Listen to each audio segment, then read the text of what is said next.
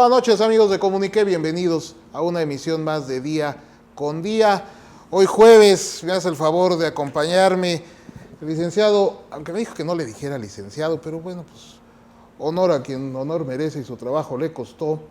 Licenciado Bogar González Gómez, quien es coordinador nacional del Colectivo por la Transparencia y director general de Información Accesible y Rendición de Cuentas de Yucatán. O sea, para que usted me entienda, es una de las miles y miles de personas en este país que hemos estado apoyando lo que usted conoce como la Ley 3 de 3, que ha estado dando su tiempo para organizar esto y tratar de poner un poquito de orden y de limpieza en los funcionarios públicos para acabar en la medida de lo posible con la corrupción, para que puedan ahora sí rendirnos cuentas y transparentar lo que usted y yo ya sabemos. Bogar, bienvenido. ¿Cómo estás, Eduardo? ¿Cómo estás?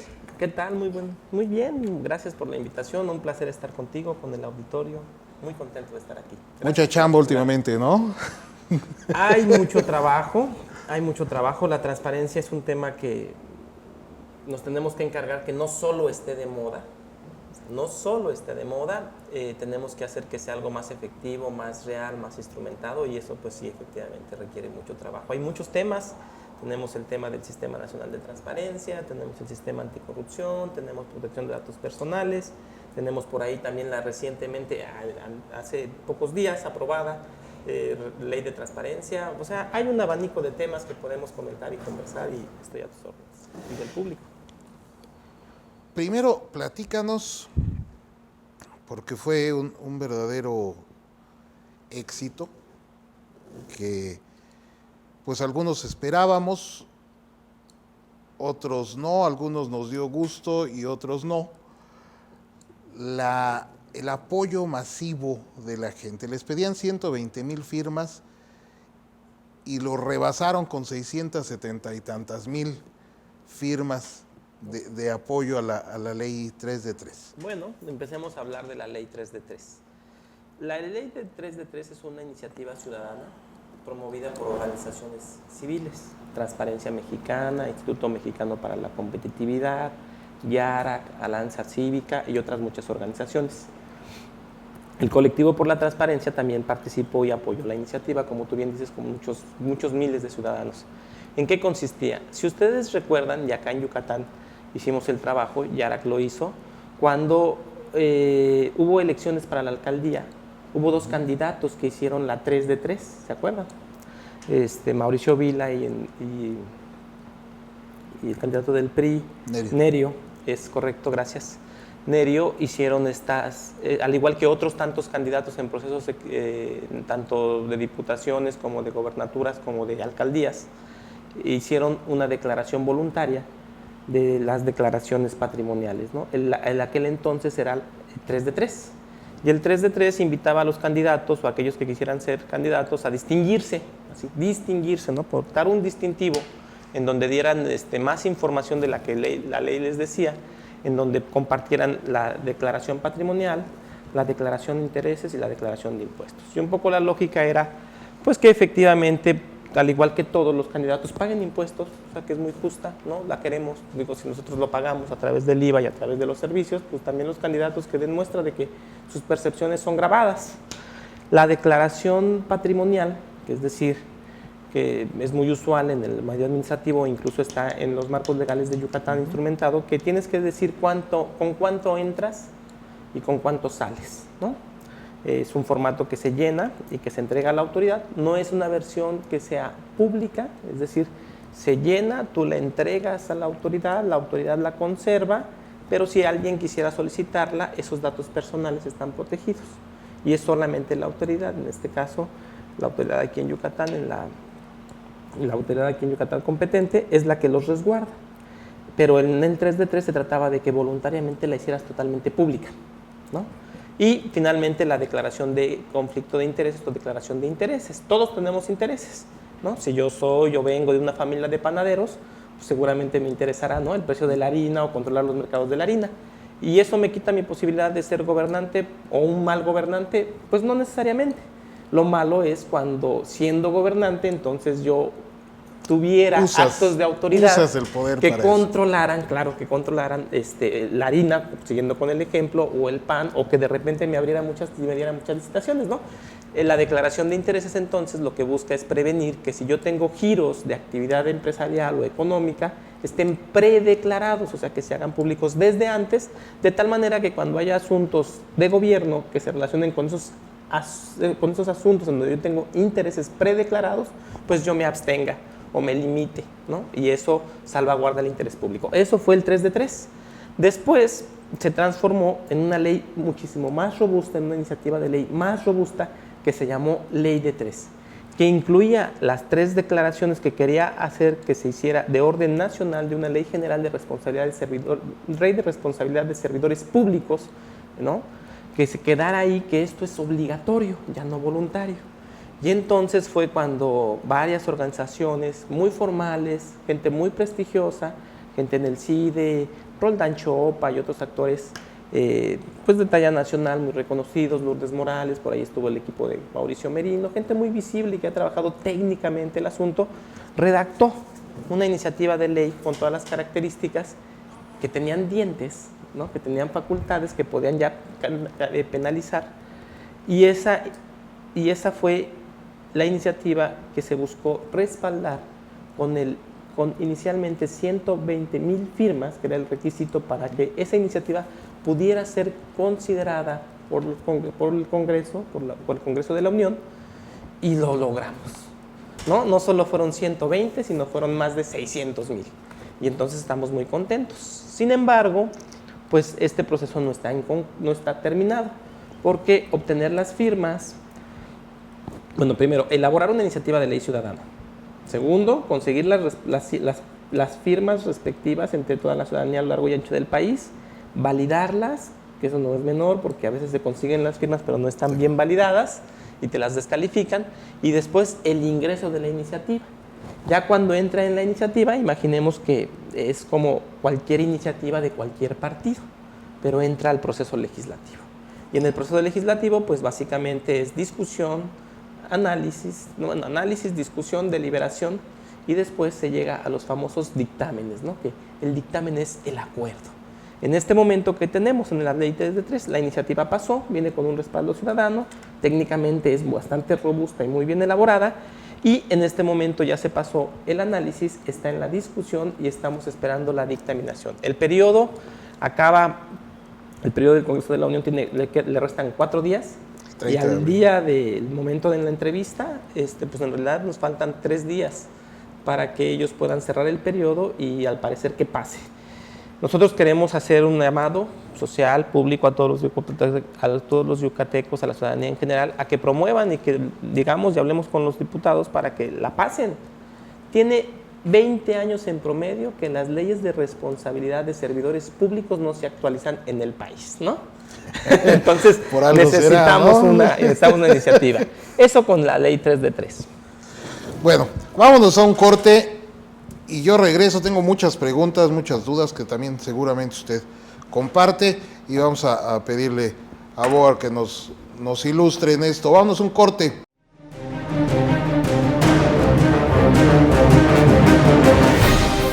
¡Vivan los niños! Ven a festejar a los niños con toda tu familia y disfruta gratis de shows, inflables, juegos mecánicos, circoaventura y muchos regalos. Asiste del 23 de abril al 1 de mayo de 5:30 de la tarde a 11 de la noche en el estacionamiento de Patio Mérida, antes Plaza Sendero. ¡Vivan los niños!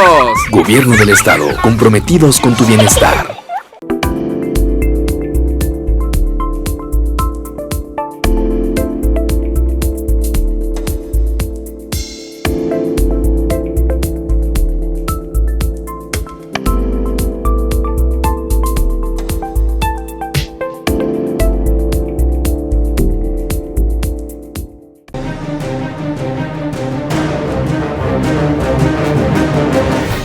Bueno, pues ya estamos de regreso aquí en Día con Día, platicando con Bogart González sobre las leyes de transparencia, de responsabilidades y demás. Ahora, en este momento, ya nos platicaste cuál es el proceso.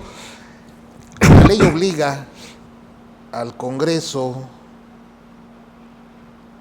a discutir la ley y a dictaminarla, mas no a aprobarla. Es correcto. ¿Le pueden hacer cambios todavía? Sí, en realidad, aunque la iniciativa es ciudadana y la defendemos, la facultad legislativa es del legislador. Eso hay que reconocerlo, hay que entenderlo así, porque también la responsabilidad es de ese legislador, ¿no? Entonces... Más no el mérito. Bueno. Digo, ya ahorita he visto muchos senadores y diputados que se están colgando, que dicen, es que yo promuevo la ley de 13, y nunca movieron un dedo, o sea, más bien se están colgando. Sí. Yo creo que la ciudadanía está cambiando, la ciudadanía es más inteligente y lo sabemos, ¿no? Hubo incluso, está la foto, porque la tuiteó de inmediato, cómo firmaba, ¿no?, el presidente de un partido, y la pregunta que los ciudadanos inteligentes se hacían, bueno, y si tú eres el presidente de un partido, ¿por qué la firmas? ¿Van a firmar también todos tus agremiados en el partido? Y si eres el presidente y un representante de un partido, ¿vas a también, por qué no la promoviste en su momento? Entonces, aquí lo bueno es que la ciudadanía es más inteligente, ¿no? La ciudadanía ya distingue esos matices y, digamos, califica positiva o negativamente esa serie de actos. Eso es muy evidente. Yo creo que hasta se queman, ¿no? Pues, tío, esa es mi opinión. como bien dices, si es un diputado, un senador, un dirigente de un partido, ¿por qué en su momento no la promovieron? Ese es todos lo sabemos. Esa es la sencillo, pregunta inteligente, ¿no?, del ciudadano común. Y es donde me parece que subestiman la inteligencia y la capacidad de una ciudadanía que es cada vez más crítica y, ¿por qué no decirlo?, que también está enojada. ¿Por qué? ¿Cómo podemos entender que estás... Dice Peña que de mal humor. Que estás... Bueno, por decirlo menos, ¿no? Pero ¿por qué tan rápido y en un periodo casi histórico se juntan las 600,000 firmas? Porque la gente está harta. ¿Quién generó ese consenso? Bueno, ustedes lo provocan, pero en realidad el mejor aliado para conseguir esas firmas es la propia clase política. Te digo, hay mucha ciudadanía inteligente. La gente está harta de la impunidad, de que de repente resulta por ahí que se robaron no sé cuántos millones y nadie tiene la culpa, o terminan agarrando a dos funcionarios menores cuando que todos sabemos que esto viene de más arriba. Sí. Cuando las cuentas públicas se revisan años después, ¿sí?, ya el funcionario en turno ya está viviendo en otro lado, ya se fue a estudiar a Barcelona, cuando le revisan las cuentas, ¿no? Es correcto. Fíjate que ahí tocas un punto que es muy importante. Primero, la corrupción y sus consecuencias, ¿no? Está vinculado, es de lo que estamos hablando, pero también el asunto de cómo nuestro marco regulatorio, nuestras leyes, ¿no?, en dónde están y qué permiten que ocurra. Y me parece que son dos cosas que también van de la mano, ¿no? O sea, tenemos altos índices de corrupción, pero también tenemos un sistema de leyes y normas que está muy deficiente. Es un gran queso, tiene muchos hoyos, ¿no? Entonces, digamos que en ese queso, gruyère, si queremos hacer la imagen, pues alegremente, ¿no?, los roedores pasan, se meten los gusanos. Se meten los gusanos. Y justo una de las cosas que hemos identificado desde la sociedad civil, técnica, y que le entramos con un compromiso, pues, profesional, si hay que decirlo, porque también creo que la participación ciudadana ha evolucionado en general. A lo mejor en los 80s, en los 70s, la protesta y la consigna y la toma de calles era un recurso muy importante para generar la incidencia. Hoy eso sigue siendo un recurso. Ayer salió la gente, hace unos días salió la gente de Ayotzinapa porque se habían cumplido un periodo y sigue estando ahí la demanda social. Creo que es un componente valioso que ha estado y que es un componente de exigencia social. Pero por otro lado, si lo empezamos a observar, también se empieza a gestar un tipo de ciudadanía amalgamada, ya sea de manera independiente con la academia o en algunas organizaciones, famosos centros de ideas o algunas organizaciones, digamos, civiles, políticas, que empiezan a procurar hacer incidencia de una manera más seria, ¿no? Que nos metemos al cableado, que hacemos esta fontanería de lo público y donde se empiezan a analizar datos, se empieza a dar seguimiento más puntual. Y entonces es un nuevo nivel de exigencia a los que los políticos se están enfrentando. Y lo que estamos viendo es que empieza a haber otros impactos y que hoy como antes, hoy de manera inédita, ¿no? Empieza a haber algunas reformas que no fueron promovidas o que no se puede entender sin la promoción y la participación ciudadana. Y estamos hablando de la reforma constitucional en materia de transparencia y del Sistema Nacional de Transparencia y el Sistema Nacional Anticorrupción, ¿no? Que son demandas históricamente sociales, por un lado, pero que también son agendas de algunas organizaciones que empiezan a trabajar el tema de manera pública, que le empiezan a visibilizar los datos, que empezamos a hacer el cabildeo, que empezamos a conectar con la gente y empezar a informar, y que de alguna u otra manera hace que este momento sea otro, porque si no se cae en la desesperanza, ¿no? Se dices, hay corruptos, siempre los va a haber, no hagamos nada, espérame. Lo primero que hay que hacer es el marco regulatorio está mal, cambiémoslo. Y después, pues, empezar a ver cómo hacemos la implementación y cómo llegamos al opuesto. Tú dices, hay corrupción, la reconocemos, y lo que tenemos ahora es que solamente los funcionarios menores son penalizados. Eso es cierto. Ok, ¿qué queremos hacer? No, queremos que la corrupción se controle. A lo mejor no va a desaparecer, ¿no? La corrupción está en todo el mundo, pero afecta de manera distinta, por ejemplo, a los alemanes que a los mexicanos. Y la corrupción en México llega a afectar, según los datos del estudio de percepción de corrupción y las encuestas que se tienen disponibles, hasta el 30% de los ingresos. Es muchísimo dinero, ¿no? El 30% de los ingresos es una cantidad volumétrica. Y entonces, ¿cómo lo controlas y cómo haces que efectivamente haya sanciones para los responsables, que sabemos son los peces gordos, ¿no? Ese que toma la decisión, porque no es el funcionario menor que paga el pato y que fue el que se le pudo documentar.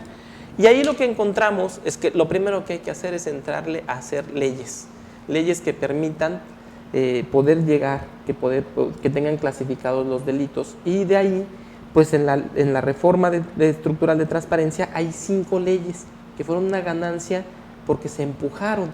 Y tenemos a vista la del sistema anticorrupción, porque se oye muy, muy sonadita, pero creo que sí vale la pena enlistarlas, fíjate. Tenemos el Sistema Nacional de Transparencia, implica 3 leyes generales. ¿Qué quiere decir? Que en la federación y en los estados hay leyes específicas, y lo que queremos hacer es una ley general que regule y que diga que todas esas leyes específicas que existen y que van a seguir existiendo tengan componentes mínimos. Es la famosa armonización, ¿no? Que esté la ley general y que estén armonizadas, pero en 3 temas. El tema que está muy visible y que es muy vigente para Yucatán porque se aprobó hace unos días es el tema de la ley de transparencia, pero también está una ley general de archivos y una ley general de datos personales. Esas 3 leyes son 3 leyes que deberían de actuar como una. ¿Por qué como una? Pues de manera coordinada, ¿no? Y son las leyes del Sistema Nacional de Transparencia. Y la otra es la del Sistema Nacional Anticorrupción. Los 2 sistemas están engranados. Y ahí tenemos la ley del Sistema Nacional Anticorrupción, así se llama, y la Ley General de Responsabilidades Administrativas a Servidores Públicos, que es el nombre formal de la iniciativa 3 de 3, como la 3 de 3. De la parte de la ciudadana. Pero estamos hablando de la Ley de Responsabilidades de Servidores Públicos. ¿Qué quiere decir? Que el código de conducta, que cómo se penaliza, que qué se penaliza y los procedimientos deben de estar en esa ley. Y que esa ley es una ley general. Y al ser una ley general es muy importante para poder empezar a hacerle frente a la corrupción. La corrupción, y eso lo ha dicho muchos especialistas, Eduardo Borges de Transparencia Mexicana lo dice muy claro, no hay balas de plata contra la corrupción. No es un tiro que tú puedas decir, ahí le voy a traer paz y lo tires. No, no es así. Necesitamos varias medidas, porque lo que se hace con la corrupción es que en realidad se regula y se busca que el sistema sea predecible. ¿Cuál es lo predecible hoy? Lo predecible es que el que roba queda impune. ¿Cómo queremos que sea un sistema que sí funcione y que sí controle la corrupción? Que el que roba tenga una sanción o una responsabilidad. Bueno, me tengo que ir a un corte. No le cambie, regresamos.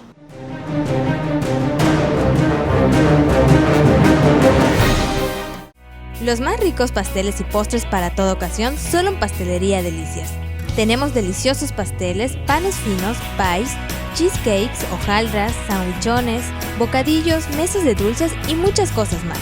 Los esperamos en Matriz, calle 14, número 100H por 17B y 19, Colonia Chimná y en Plaza Fiesta. Ya llegó la única que tiene cupo para todos, la Cuposona, de la revista Zona Luz, con más de 18,000 pesos en ahorros y descuentos en más de 30 negocios. Y solo cuesta 50 pesos. Compra la tuya porque se acaban. Muy pronto llegará a tu casa. Ábrele la puerta a la Cuposona.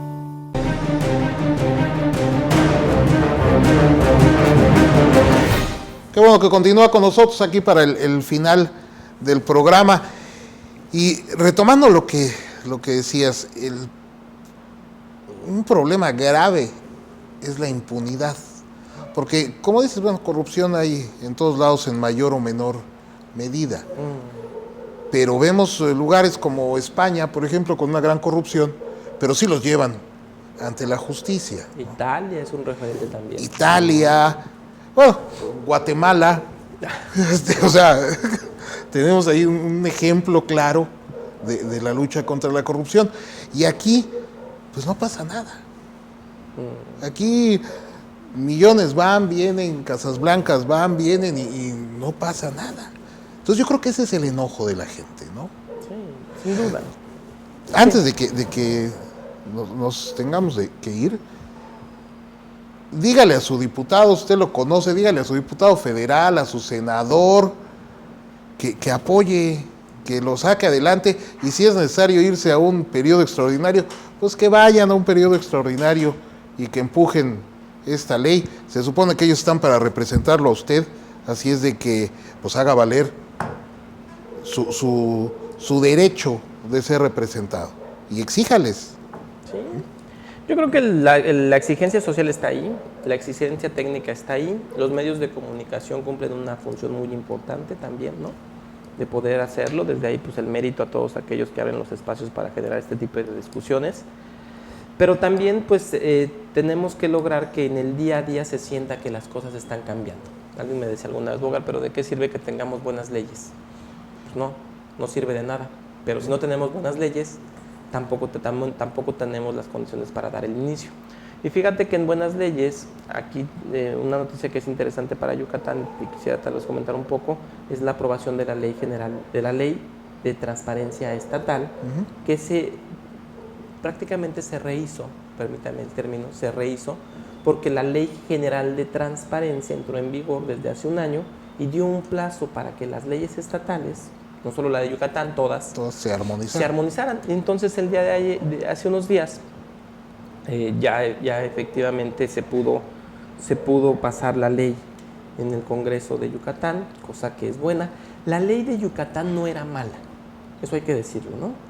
En diferentes estudios, hay tres que son importantes, la métrica del CIDE, el IGNOCDAI, así se llama, el IGNOCDAI de artículo 19, y el IDAIM de la Asociación Fundar, pues ya nos decían que la ley en Yucatán no era mala. De hecho, al principio de estos estudios tenía un nivel por arriba de la mitad, pero como las demás se fueron perfeccionando, la empezaron como a aventar por abajo, ¿no? Por un efecto natural. Ahora se reforma, en general ya se ha revisado, hemos tenido la oportunidad en el colectivo por la transparencia de revisar las leyes. Habíamos señalado nosotros 243 elementos que tenían que estar en las leyes, que ya estaban en la ley general y que teníamos que identificar que estuvieran en las estatales. De esos 243 elementos de entrada, la mitad ya estaba en la ley que era la anterior, de tal manera que solamente era incorporar con buena técnica legislativa el otro combo. En las primeras revisiones de estos indicadores nos dice que la armonización de alguna u otra manera es satisfactoria, es decir, no solo se garantiza lo que dice la ley general, sino se hace una complementación y una se cita con la otra. Eso está muy bien. Lo que más o menos se advierte es que otra vez nos vamos a quedar en media tabla, porque hay organizaciones, eso está muy bien, ¿eh? Hay organizaciones en donde es un desastre, hay estados, congresos, en donde no, esto que es un logro es el gran reto, ¿no? Pero también me toca decir, ¿no? En un carácter de informador, que legislaciones como Coahuila, ¿no? Como Ciudad de México, tuvieron cosas muy interesantes, que tal vez nos inviten y nos motiven a los legisladores y a los ciudadanos yucatecos a exigir. Y entre de las cosas interesantes es que incluyeron dispositivos de participación ciudadana. Es decir, llamaron a organizaciones civiles y público en general a consulta para hacer la construcción de la ley de transparencia, adivina qué, de manera transparente. Hombre, no. Toda una innovación. Sí, acá nosotros, lo quiero decir, es público, insistimos, mandamos los documentos al Congreso para poder hacer unas audiencias públicas, para poder participación.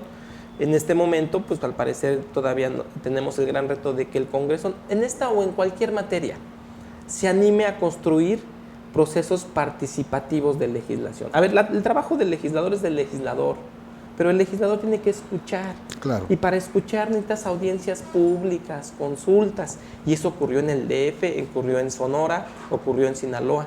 Y pues la verdad es que nosotros sí quisimos que ocurriera en Yucatán, no pudimos. No obstante, hay una ley buena que garantiza y que complementa. O sea, pasamos de panzazo. Me espero el diagnóstico, yo creo que se hizo bien, el resultado es bueno, el proceso pudo haber sido mejor, ¿no? No se construyó una ley de avanzada, porque justamente las leyes mejores y las leyes de avanzada, ¿dónde crees que se construyeron? ¿Dónde hubo participación ciudadana?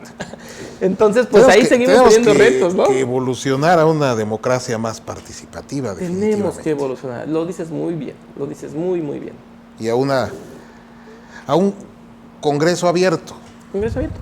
Pero vamos bien, o sea, digo, también vale la pena decir que se hizo buena técnica legislativa, que hay una complementariedad entre la ley general y la ley estatal, que eso es meritorio, y serán los estudios, y ojalá tengamos la oportunidad de hablar aquí de ellos cuando salga la edición de la métrica, la edición del IGNOCDAI, del Fundar, la que nos diga comparativamente dónde quedamos, si quedamos por debajo de la tabla o por arriba de la tabla.